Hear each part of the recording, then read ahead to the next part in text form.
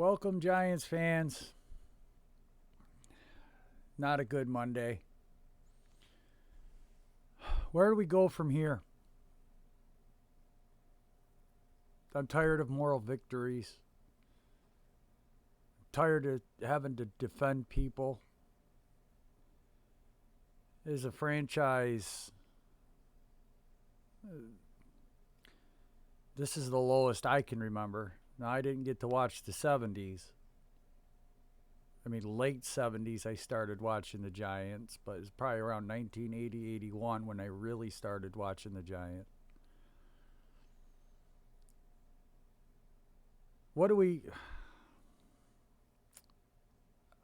After we play the Raiders next Sunday, we have a bye week. What changes could we do after that bye week? Fans are upset. Mara's upset. Judge is upset. Players are upset. There's nothing good right now. We can say the defense played well. Again, I'm done with moral victories. After the bye week, do we let Freddie Kitchens take over this offense? We praise Garrett one week, we holler at him the next. There's a few play calls I don't understand. I get it. We have Nate Solder and Will Hernandez on the right side of the line. But why are we running behind those guys? No confidence in Pert or try to run it to the left? Everything was to the right. What's going on? Then we say we were injured. Every team's injured. Every team has guys out. There's just no making sense of what's going on. People are saying we need another quarterback. I don't know. You think a quarterback is going to turn this whole team around? We have no running game. We have no time in the pocket. Receivers can't get open.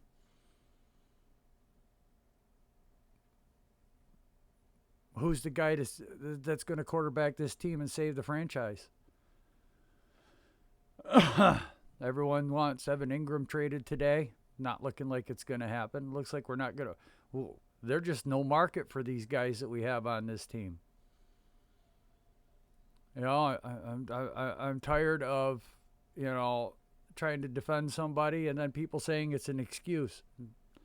Man, it's not an excuse. I'm just telling you what I'm seeing. I'm seeing bad offensive line play. I'm seeing bad execution. I'm seeing missed opportunities. How many interceptions were dropped yesterday? We had interceptions taken away because of bad execution. We had good offensive plays taken away because of a taunting penalty. You could say you hate it, but it's part of the rules now. It's part of the game. And it's something that our owner is advocating for. So, I don't understand any of this right now. All I'm seeing is just another losing season. And a lot of fans hollering at each other. Trying to say, I'm right, you're wrong. And then the other guy's like, no, I'm right, you're wrong. And then arguments. And then, winning brings everybody together. We saw that last week against Carolina. We were all happy. And there's no reason why we should have lost this game against Kansas City on Monday night in prime time. No reason. We were in it the whole game. But we lost. Another L. Another season down the tubes. Another year of, second half of football, and we're going to be talking about the draft. Yay. Here we go again. You know, we're going to be discussing who's on the team. You know, should we keep this guy on defense? Should we? Well, he played really well last year, but this year he's not doing so well. And we need to get veterans in here. And, you know, we bring in veterans and they're still not living up to what they should be doing. We can't keep anybody on the field. Shepard comes back, gets injured. Fluke injuries, man. Fluke. Tony comes back, gets his hand stepped on. You know, fluke injuries. It's football. Injuries happen. And then we sit there and it's like, well, this other team, their stars are playing, but our stars are on the bench because we're always wounded. We're always hurt. We're always getting knocked down. And then we have to rely on second and third and fourth string guys to come in here and try to help this team win a football game. You can say it's coaching. You can say it's ownership. You know, you can say it's the players. Coach can only do so much. You know, I mean, there's guys we brought in that fans were happy we brought in. And then when we don't win, fans turn on them. Like the hate for Galladay. The hate at Dave Gettleman for trading Odell Beckham. The hate for Daniel Jones because he was from Duke and the experts didn't have him ranked that high. We all know you reach for a quarterback. That's the position. Look at what the Browns did for years. You know, I don't know who you're going to bring in. Who's going to want to be here? We get rid of the coach. We get rid of the GM. Who wants to come here when we're turning over stuff every 2 years? Who wants to take on that responsibility? New York media is rough on everybody if you're losing. We've been losing for a long time, and we're all tired of it. You know, we don't have an explosive offense. We thought we were going to have something. We expected the defense this year to really ball out. Well, last couple of games been pretty good on the defensive side of the ball. Not going to lie. Saw improvement. But when the play gets blown up a half a second into the ball getting snapped because Hernandez misses a block, Solder falls down, Billy Price, you know, nobody even touches him, but he falls on his can. You know, and then we expect a second-year, third-round pick to be the starting left tackle because our first-round pick starting left tackle is hurt. Again, injuries. You know, step up. These guys come into the NFL, they know an injury is going to happen. They're going to get a shot. What's going on with the preparation?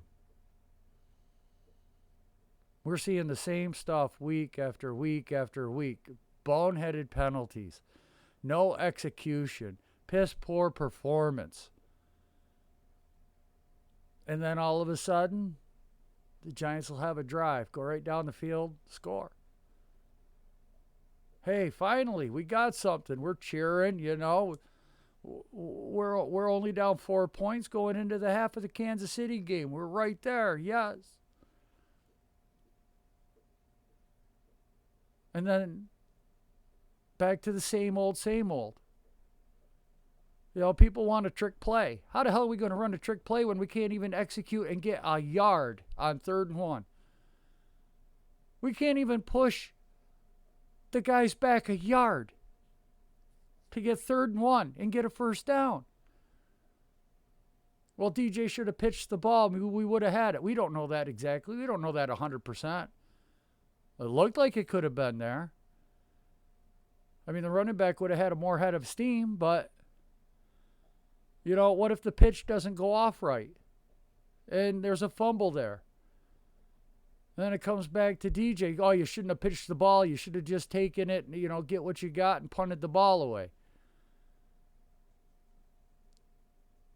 You know, that's where we're at right now. We're not looking at the whole game. We're looking at certain individual plays. You know, Jimenez jumping offside cost us an interception. Slayton dropping past us, costing us touchdowns or first downs. Evan Ingram, congratulations. That was a nice catch. Nice catch for a touchdown. That was a nice throw by DJ. The long completion to Ross after DJ threw a pick. DJ got out over that. You can go back and nitpick. But my quarterback throws 2 touchdowns and 1 interception. What was he? 22 or 33, 34, something like that? He had over 200 yards. Outside of the final drive, where Pert and Sakura were just getting crushed on a twist. Hernandez and Solder couldn't and we're stuck with these guys for the rest of the year. We're not, and that's the frustrating part. There's nothing we can do this year. It's done. It's over with. We're kaput. Yeah, we might be able to get a few games. We might get a couple more wins. But in all honesty, sitting here right now, we might have 2 top 10 draft picks next year. Ours and the Bears. So this is what we're going to be winding up doing. We're going to wind up looking at the draft, who we should draft, and you know what? 90% of the fan base wants offensive lineman or defense edge rusher. And you know what? We might get a couple of good ones. And then this team's going to look completely different. Carter will be gone. Jimenez will be gone. Ingram will be gone. Peppers might be back. Hernandez will be gone. Solder will be gone. Sakura will be gone. Billy Price will be gone. That leaves us Pert and Thomas. So now we need 3 interior offensive linemen. I definitely want a true center. And that Tyler Linderbaum, if we're picking, if we've already got our right tackle with a top 5, top 6 pick, get Linderbaum at 9 or 10 or 11, wherever we're at. If he's on the board, you grab him. Because I would really love to see Daniel Jones just 1 year with the weapons on the field and with somebody that can actually hold a block for 2 seconds and not get confused by a stunt and not flop on their belly or fall on their ass or do some goddamn boneheaded move where we're false start, holding. Great play, but bring it back. Holding, Hernandez. False start, Solder. It's getting old, getting tired. And I'm just as upset as everybody else is out there. And I don't know how I could keep on going defending some of these people.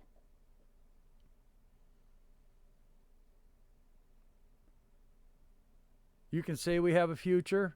I'm tired of saying we have a future. I want wins. I want to be competitive in our division once again. I want, when we go into a team's house, a team's field, knowing we're going to smack the crap out of them. We're going to pound the ball down your throat. We're going to have a high-powered offense.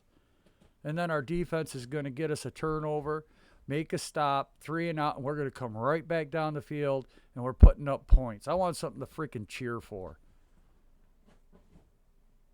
I want to see good execution. Because if we get rid of the GM, the coach, and everything, and he comes in and wipes the slate clean with a lot of these players, I am not liking the looks of the future. I'm not liking it because that means it's another 3 years at least before we're winning again. And look at the Jets. Let's look at the Detroit Lions. Let's look at Miami.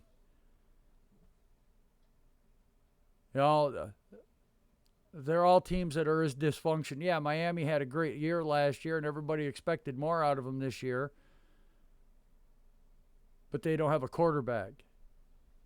I mean, I personally don't think two is the answer. Goff in Detroit, he's lost. His confidence is shot. It's gone. You saw it last week against the Eagles. You know, I mean, even look at New England. Mac Jones is doing pretty good, but he's still a rookie. It's going to take him another couple of years. You know, they got to get him some weapons. They need some players. They spent more money than we did. I mean, yeah, they won a couple more games, but I mean, come on, Bill Belichick.